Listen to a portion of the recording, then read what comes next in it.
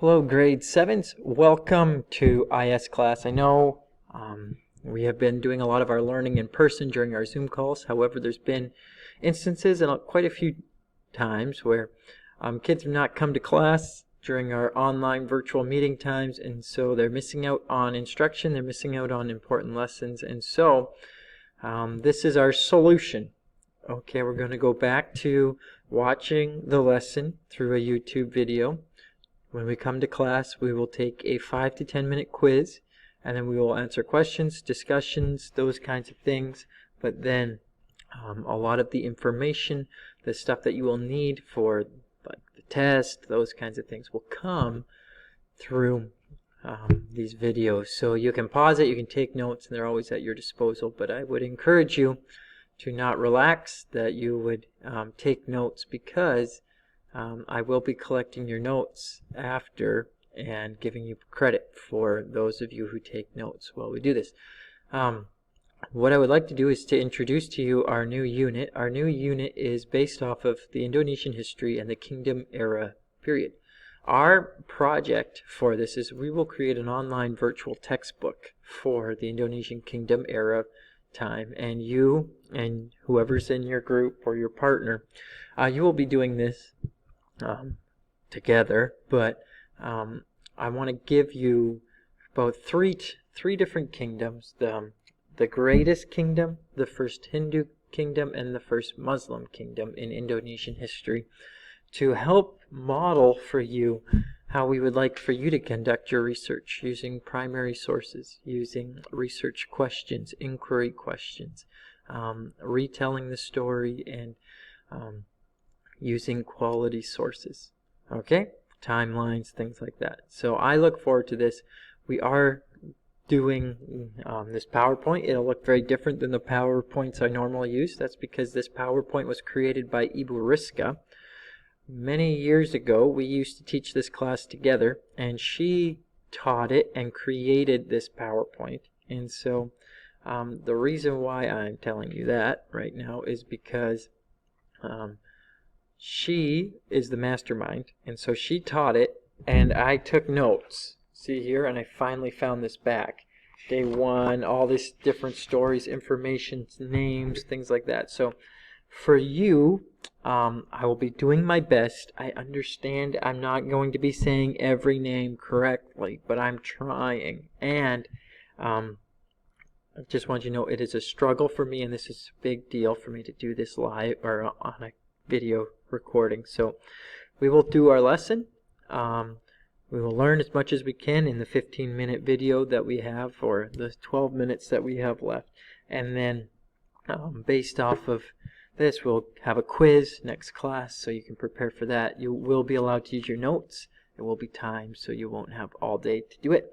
But yeah, just know that this is the format. We're doing the major religions in this country are Muslim and Hinduism, and so we're going to look at the first of those two kingdoms. So the first Muslim, first Hindu, and the greatest as our three kingdoms. When you create your textbook, you will choose a kingdom that is not one that we have learned about, and you will apply yourselves and teach us, become the teachers. So, Indonesian kingdom era. Recalling the IS skills, this is something that we teach in grade 6, and we have been slowly reincorporating into grade 7 as we have lots of new students this year.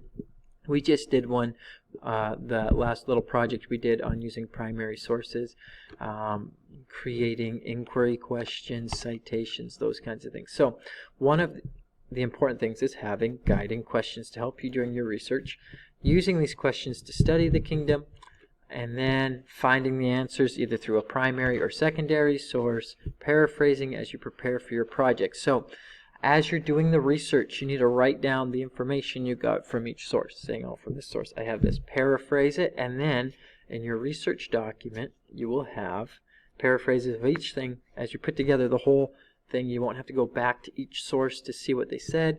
You already have the information in your research document. So as the format for each of the kingdoms that we will be studying, the 3 kingdoms that we will do in this video series. There are guiding questions. We're going to be answering the same 3 guiding questions. My guiding questions. Wow, I am on the ball. The very first one is, what are the artifacts that prove the existence of the kingdom? What were its greatest achievements? So the reason why we have that first question is we need to prove that this kingdom actually existed. There are different rather large countries in Asia, one being China, that due to the mandate of heaven or other things that countries or kingdoms were trying to establish, they made up kingdoms. They made up different rulers, things like that, in order to help the kingdom at the time. And so the important thing for us is to prove that this kingdom is real. If it's not real, you're not going to find primary sources on it. So artifacts that prove the existence. What were its greatest achievements? What can we attribute to it? Who was the first king? Who was the greatest king? Some kingdoms only have one king. They were the first and the greatest and the last and the worst. The next one is, where was it located? How far was its reach? Why was it so powerful, or why not? So the location, Indonesia, is large, right? There's kingdoms in Bali, Java, Sumatra, Kalimantan, right? They're all over the place. And so for this, we're going to identify, find the location, how far did it reach, how far was its influence, timelines, things like that. And then, when was it started, when did it fall? That's the timeline. You need to be able to place this thing in history. You need primary sources. Why did it fall? How did it fall? So, go back. Make sure you have all these questions written down in your notes, because I'm probably going to put some of these questions in the quiz, and you will like to know if these are one of them. Each kingdom, these questions brought to you by Mr. Chris, not a Indonesian. Okay? 3 focus kingdoms. Our first kingdom that we will be looking at is going to be the Kutai kingdom, the first Hindu-Buddhist kingdom in Indonesia. Then there's the Majapahit, which I've grown to love to say the name of the Majapahit kingdom. And I love the fruit that it's named after. Actually, I don't. I just like that it's named after a fruit. And then the Perla kingdom, the first Muslim kingdom in Indonesia. All right, Indonesian history, simplified timeline. You should always have timelines in your IS notes. You got to put things in order. So please take time, pause the video after you've put in your questions. Take time to put this timeline in there as events hit, as we learn about things, as you learn about things in your history textbook making part of this project. You'll be adding things to this timeline, but start with prehistoric era before 400 AD. There will be people and publications that say that people first settled Indonesia 40 million or 40,000 years ago. They don't have any real evidence for that, and so don't be taking that for as fact, because they don't have primary sources proving it. And so like we learned in our last thing, we need sources. And so what we do know is 400s, 80s. There are events that happen. We can prove them in Indonesia starting around that period. Okay, yes, there were people there. You cannot have a kingdom without people, just so you know. Okay, pause the video, put that in there.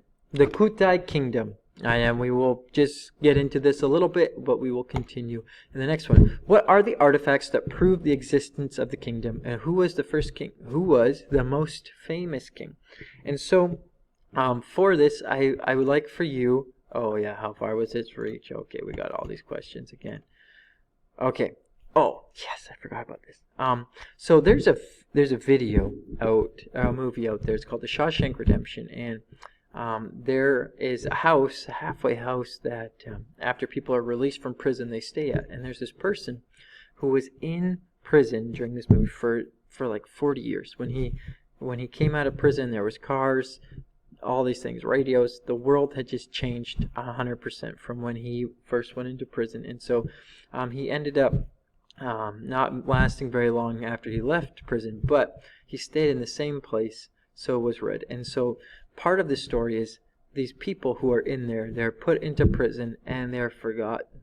And there's nothing to remember them by except for these little memorials, these things that they scratched into the walls, and it says Brooks was here, and so was Red. And so this is where their legacy, who they are, is remembered. And so scratching things, and we see this in other things. I think the next slide is a rock. God has brought us this far as Ebenezer. So there is a moment where stone is erected in ancient Israel to commemorate what God had done in delivering and empowering and protecting his people. And so they raised a rock up and they named it Ebenezer, for God had brought them this far. This is a very important rock for Ibu Riska. I think she has it in her classroom if you ever get to go in there and see it. But it is a monument, something raised up to remember. And that brings us to our very first piece of evidence proving our Kutai kingdom. These are called yupa. Okay, the yupas are stone monuments. I think they found 7 of these. Some of them have been extracted and put into like museums and things like that. Other ones I think would have been too difficult, but they're still in their original places.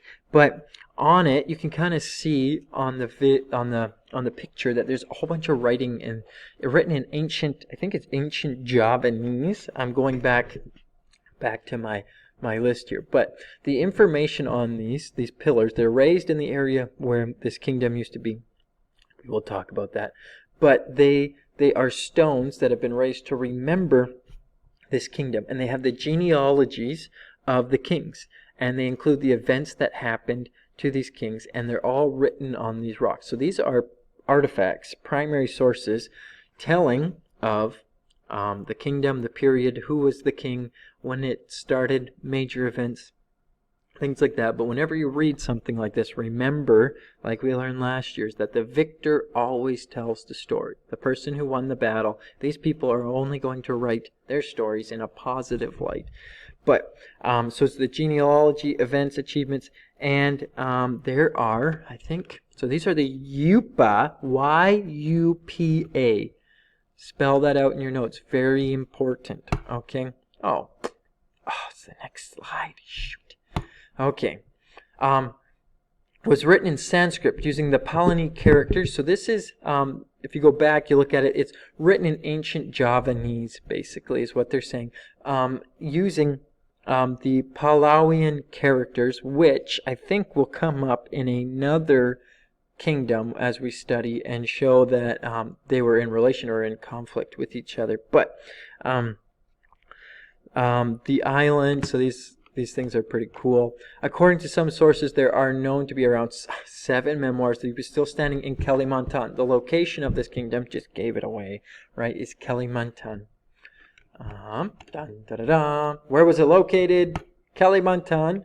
Kalimantan is right here. There should be a river that flows, and I think I have that. The Sonti-Kuti, east part of the river of the Mahakani. East part of the river of the Mahakani. So right in here. And so it was built along the river. An important thing to understand, especially in Indonesia where it's compact forest jungle, is that you need water to live. You need fresh water to drink. Okay, you need fish from that river. All those kinds of things. And so rivers, by not building along along the coast, it protected them from things like tropical storms. And rivers also provide a natural defense. They're very strategic. Yes, they do flood, but they provide your community with some security, some transportation. You can float up and down. You can have crops growing. You can have irrigation. You can have fish, right? Food, water, provides you with a lot. And it's a very ideal place for kingdoms and countries and settlements to start, is usually along a river. They usually don't start in the middle of the desert where there is no water because nobody lives. Boom. Okay. Then I think, where was it located? Oh, yeah, right there. I should have just clicked the next map. Okay. The Kutai Kingdom, number 1, located right here, Samaranda. I think Last year we had a student in grade 7. Her name is Keisha. She actually lived in that area in Kalimantan. Pretty cool, I would say.